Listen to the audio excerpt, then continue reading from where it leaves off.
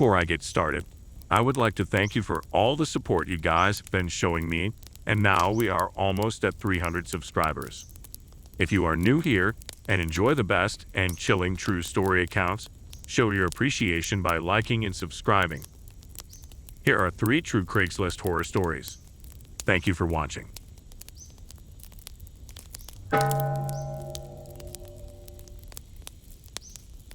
I had always loved collecting dolls. There was something about their glassy eyes and porcelain smiles that appealed to the maternal part of me. So, when I came across a local Craigslist ad boasting an entire collection of antique dolls practically being given away, I jumped at the chance. The post simply read, "Massive vintage doll collection, $5 each. Email for details." That price was unbelievably cheap for antique dolls, which could normally go for hundreds apiece. The ad had no photos, but the opportunity was too good to pass up. I excitedly emailed the seller, an elderly man named Harold, who gave me his address and instructed me to stop by that Saturday to browse the collection. That weekend, I followed the directions Harold had provided to a worn-down little house on the outskirts of town. Right away, I felt a creeping sense of unease. The yard was overgrown and gloomy. All the window blinds were drawn. The front door bore multiple locks and chains. I considered turning back, but my curiosity got the better of me. After knocking, the doors slowly creaked open to reveal Harold. He was hunched with age, dressed in stained clothes and reeking of mothballs. Its clouded eyes darted about suspiciously as he welcomed me inside. Every hair stood up on the back of my neck as I stepped over the threshold. The interior was in shambles. Yellowed wallpaper peeled off the walls. Floors were caked in grime, and the whole place reeked of mildew. My unease only grew as Harold led me through a maze of narrow hallways lined with dusty porcelain dolls. Their eyes seemed to follow me no matter which way I turned. We arrived at a large back room overflowing with shelves. Everyone crammed to capacity with more glass-eyed dolls. Many were chipped, cracked, or covered in cobwebs, but Harold swore they were antique treasures worth far more. I browsed slowly, examining the dolls' lurid, almost haunted faces. The collection must have been hundreds of pieces. I selected 4 of the least unsettling dolls to purchase. As I moved to leave, Harold blocked my path, insisting I take one more. From a back corner, he produced an extra doll, whose appearance made my skin crawl. She was dressed in tattered clothes with wild dark hair and giant clouded eyes that took up half her face. Worst of all, her tiny rosebud mouth was twisted into a freakish, gaping grin. Harold thrust the doll into my hands, refusing payment. "She needs a good home. Take her," he croaked. Every instinct told me to drop the doll and flee that creepy house, but instead I found myself agreeing as if in a trance. Clutching the dolls tightly to my chest, I stepped back out into the daylight, shaken by the strange encounter. In the days following, I settled the dolls around my home as decor. But from the very start, I felt watched whenever I was around the one Harold had gifted me. Her giant eyes seemed to track my every move, her menacing grin twisting further when my back was turned. Soon, other bizarre events began transpiring. Things would go missing only to reappear in illogical spots. I'd hear faint giggling in empty rooms. My cats hissed at nothing, backs arched. Shadows darted at the corners of my eyes. The air grew heavy with the stench of mothballs, though I owned none. I repeatedly returned the creepy doll to the box, but somehow she always ended up back on display. My cats refused to go near her. At night, I could hear skittering from inside the box and muffled giggling, as if a living thing was inside. One morning, I woke to find the doll seated right on my pillow, her face an inch from mine, so I peered directly into her massive eyes. I bolted screams from my bed, heart pounding in utter terror. The haunting escalated from there. Doors creaked open in the night. Whispers and laughter echoed through the home. I feel invisible claws grasping at me or something pressed down on my chest as I slept. Finding my cat, Molly, dead on the living room floor was the final straw. She bore no marks or wounds, yet had simply dropped dead with eyes bulging from her skull. I knew in my gut the doll had claimed her. Gripped by fear and rage, I seized the doll and drove to the cemetery, shovel in hand. The paranormal activity increased, no longer subtle. Furniture was overturned. I was scratched in my sleep and had nightmares of the doll. I bailed the doll once more. I keep her still, locked away where none can find her, too afraid of what she'll do if I ever try to discard her again. I never should have brought home that doll from Craigslist.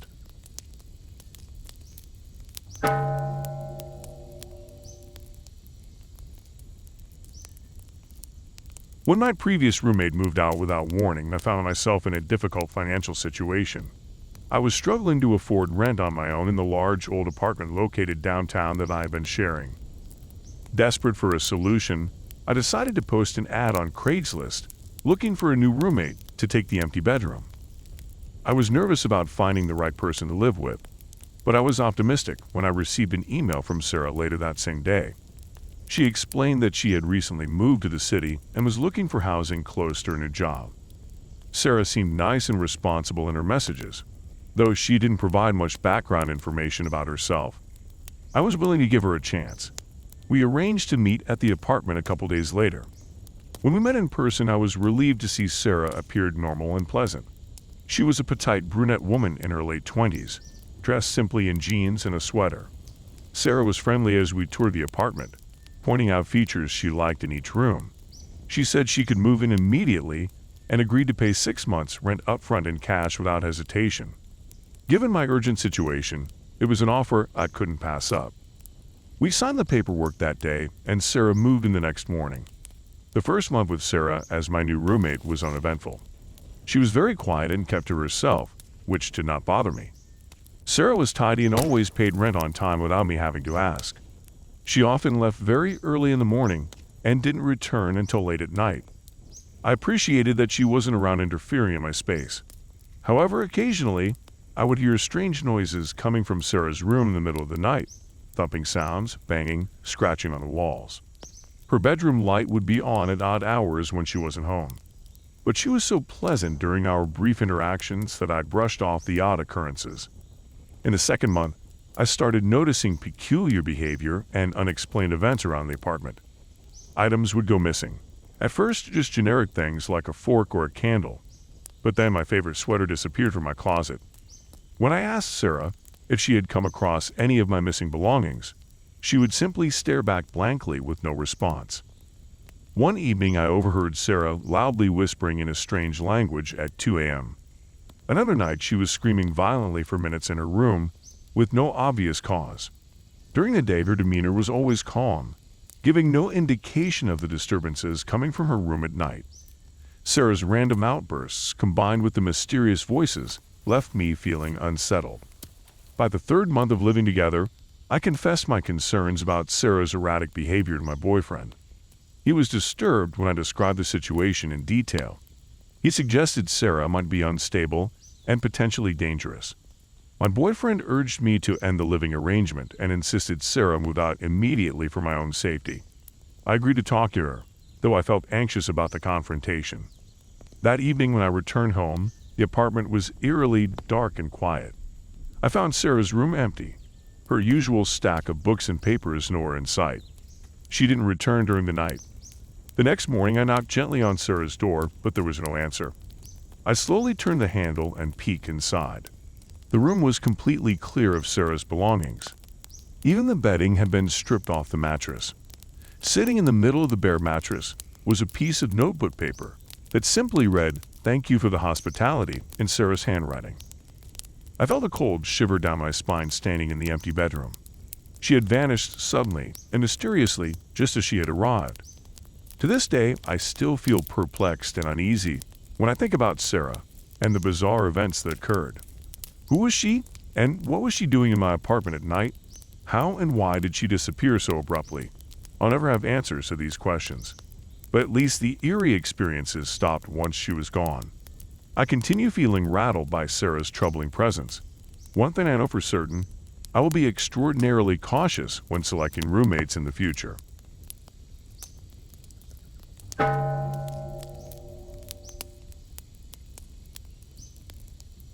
I've always enjoyed hunting for bargains and getting good deals on used stuff instead of paying full price for brand new items. As a blogger on a budget, I'm constantly scouring secondhand sites looking to save money on electronics like laptops, cameras, mics, and more. When I came across a used MacBook Pro listed on Craigslist for only $500, I got excited. This was the previous model from 2 years ago. That would still cost well over $1,000 if purchased brand new today. The seller described it as being in good condition with minimal signs of use. For me, finding name brand electronics at steep discounts is part of the thrill of shopping secondhand. We arranged to meet in the parking lot of a busy grocery store. The seller arrived on time and turned out to be a middle-aged man named Tom, who said he was just looking to get a little extra cash after upgrading to a newer laptop model. He seemed friendly and trustworthy, even showing me the laptop powered on and letting me inspect it thoroughly. Nothing appeared damaged or off, so after chatting for a few minutes I happily handed Tom the $500 cash and took my new-to-me laptop home, giddy to get it set up. That night, as I was browsing the web and downloading software, I noticed the laptop's fan was running louder than I'd expect for casual use. It wasn't deafening, but definitely louder than any previous laptop I'd owned. I turned it off, assuming the fan just needed a good cleaning since it was a used machine. The next peculiar occurrence happened the following day while video chatting with my mom. I stepped away for a minute, and when I returned, noticed the built-in webcam light was quickly flickering on and off. Thinking it must be some glitch, I covered the cam with a small piece of tape just to be safe. Things got progressively weirder from there. The trackpad started acting buggy, randomly clicking and highlighting things on its own. The speaker volume would spike loudly without me adjusting it. I ran some malware scans, but nothing turned up. Still, I couldn't shake the feeling something fishy was going on, so I decided to take it to a repair shop to get their opinion. The technician, named Even, gave the laptop a thorough inspection and diagnostic test. He said there was definitely some suspicious activity given the obvious malware he could detect. However, he did find remnants of some corrupted files typically associated with spyware. Even explained that it contained hidden programs capable of tracking keystrokes, capturing screenshots, remotely accessing the webcam, and other nefarious acts without the user's knowledge. I was horrified and immediately stopped using the laptop. I learned that spyware like this is often intentionally installed to steal private information, log into user accounts, or find embarrassing footage that can then be used for blackmail or identity theft. I kept playing back the webcam light flickering and realizing how violated I felt. That light now gave me chills thinking about the alarming vulnerability it represented. With my nerves shaken, I filed a police report about the seller, Tom. The officer I spoke with said undercover spyware scams weren't uncommon on peer-to-peer marketplaces, like Craigslist, where identities are hard to verify. However, since I met Tom in public and paid cash, tracking him down to investigate further would be extremely difficult, if not impossible. I turned the infected laptop over to the police just in case, but they said the spyware origins were likely untraceable now.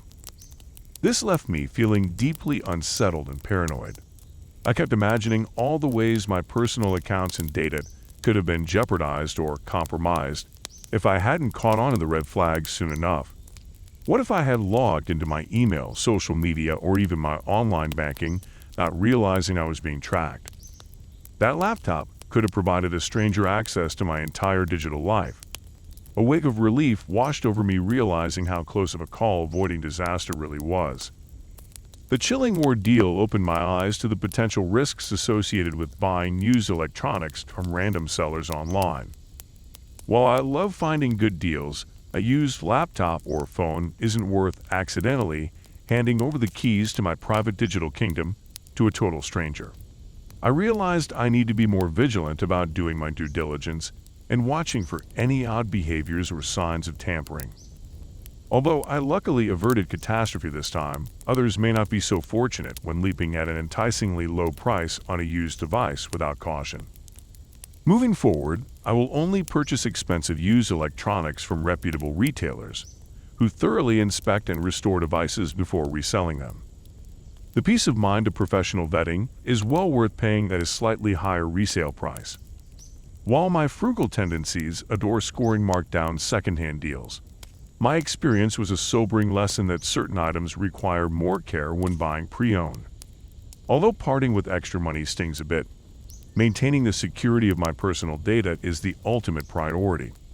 This scare taught me that when it comes to used electronics, bargaining with sketchy strangers in the name of savings is a risk definitely not worth taking. If you enjoyed these stories, share your thoughts in the comments below. And if you had similar encounters, please share your experiences too. Thank you for watching. Please like and subscribe as it supports me a lot.